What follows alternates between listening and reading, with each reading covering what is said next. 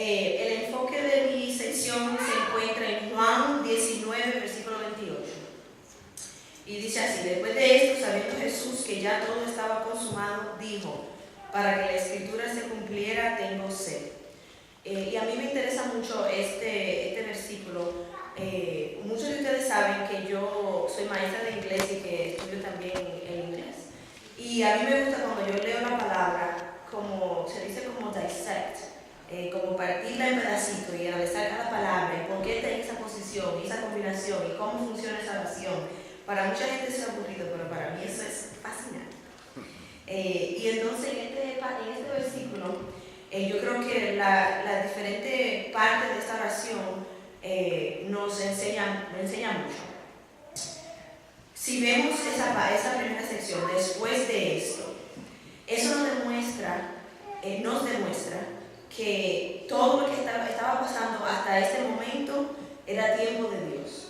Porque dice después de esto, o sea que Dios tenía ya un momento para lo que iba a venir ahora.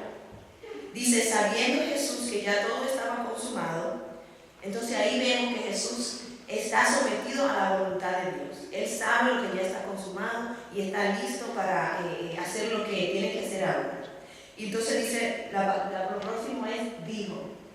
Y eso es solamente una palabra, pero esa palabra demuestra una acción de parte de Jesús. Que su relación con Dios, o sea, Él hacía de su parte, a su tiempo, y sabiendo y siendo obediente a la voluntad de Dios, entonces Él toma su acción. Y la próxima parte dice, para que la escritura se cumpliera. Y eso es muy interesante, y yo voy a abundar en eso en un momento. Pero aquí vemos que Él honra la palabra de Dios. Y entonces dice, tengo sed. Y de ahí se puede hacer, yo me imagino que hasta un sermón entero, porque se puede hablar de la sed física y de la sed espiritual. Pero yo quiero enfocarme en tres cosas para nosotros aprender de este versículo. Y me gustó mucho cuando el pastor Luis Estevi predicó hace unos domingos y él habló sobre cómo, o sea, qué podemos llevar, qué podemos modelar, cuál es el ejemplo de la muerte de Jesús. Entonces yo creo que aquí tenemos tres cosas para nosotros aprender. Primero, vemos que Jesús tiene respeto por la escritura.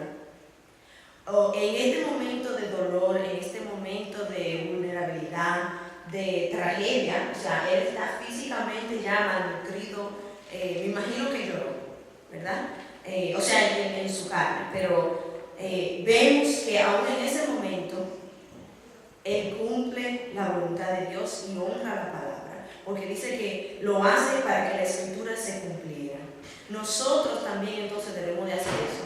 Es fácil cuando estamos en un tiempo positivo en nuestras vidas, ahí aferrarnos a la palabra, ¿no? Porque Dios dice que hay que regocijarnos. Entonces uno, porque está en su espíritu positivo y la cosa también, entonces es positivo.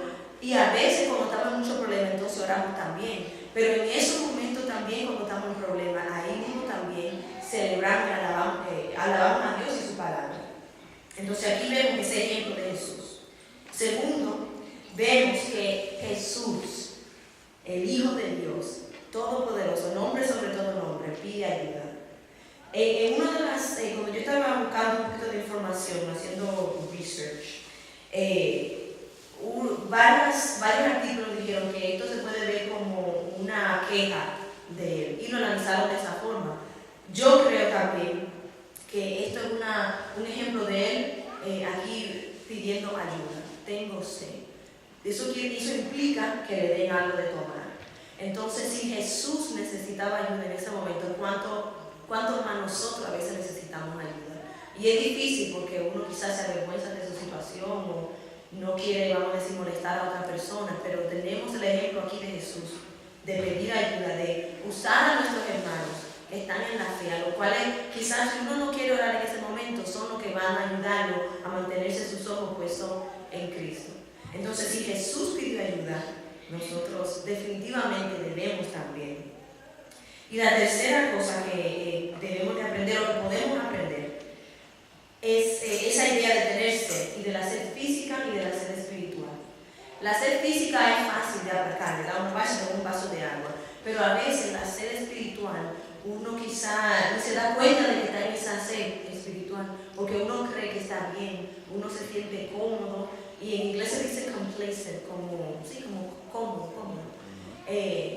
Pero es porque quizá no se ha dado cuenta que ya ha pasado una semana sin orar, o quizá ha pasado un mes sin un estudio bíblico fuera de aquí, en su vida personal, en su intimidad con Dios. O quizás no se ha dado cuenta que ya empezó a hablar una mentirita, eso no es nada, a la vecina.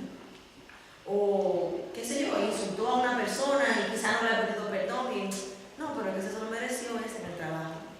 Entonces, a eso a veces se mete en nuestras vidas y causa una sed espiritual de la cual uno no se da cuenta que está sufriendo. Entonces, esto es una sed, en este versículo yo pienso que es una sed simbólica también, no solamente física. Y muchos, como dije, hoy en la iglesia tenemos esa sed y ni lo sabemos, no nos damos cuenta.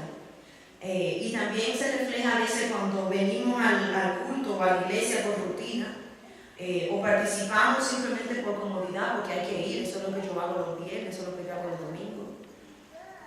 Pero tenemos que examinar, como dice Pablo, y aquí vemos que Jesús se refleja y dice, bueno, yo tengo sed. Eso requiere para nosotros examinarnos y decir, quizá yo tengo un problema, o quizá no tengo nada, pero tengo que seguir buscando más de Dios.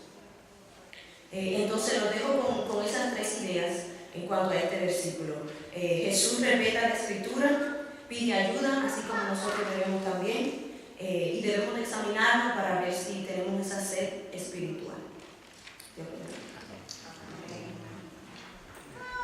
Pongámonos en pie, hermanos, una vez más y vamos a cantar con mucho gozo, pensando en que la sangre de Cristo es que nos lava. Dice este coro, la sangre de Cristo corre, la sangre